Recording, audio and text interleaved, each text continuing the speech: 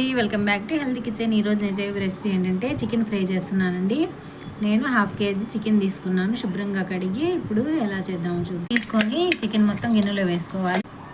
ఇందులో కల్లుప్పు వేసుకోవాలి, కొంచెం 1/2 టీ స్పూన్ పసుపు వేసుకోవాలి. నేను తీసుకొని ఇలా పొడవుగా కట్ చేసి ఇందులో వేసుకొని మొత్తం కలుపుకోవాలి. వెలిగించి పెట్టుకొని మూత పెట్టేసి ఇప్పుడు ఉడకనిద్దాం. చూడండి, ఇలా ఉడకబెట్టుకోవాలి. ఉడకబెట్టిన తర్వాత ఇప్పుడు ఫ్రై చేద్దాం. పెట్టుకొని ఆయిల్ వేసుకొని ఆయిల్ కాగిన తర్వాత మొత్తం వేసుకోవాలి. చూడండి, ఇలా ఫ్రై చేసుకోవాలి. నేను ఇంకా రెడ్ కలర్ వచ్చేదాకా నేను ఫ్రై చేయట్లేదండి, ఎందుకంటే గట్టిగా అవుతాయి కదా, అందుకని నేను కలర్ ఏం వేయట్లేదు. ఇందులో 1/2 టీ స్పూన్ కారం వేసుకోవాలి. ఇందులో 1/2 టీ స్పూన్ ధనియాలు, చిన్నుల్లిపాయలు, లవంగాలు అవి దంచి పెట్టుకున్నాం కదా, ఆ పొడి వేసుకోవాలి. వేసుకొని కొంచెం ఫ్రై చేసుకోవాలి అండి. స్టవ్ ఆఫ్ చేసుకుంటున్నాను. ఈజీగా చేసుకోవచ్చు. నచ్చితే లైక్ చేయండి, షేర్ చేయండి, సబ్స్క్రైబ్ చేయండి. Bye friends.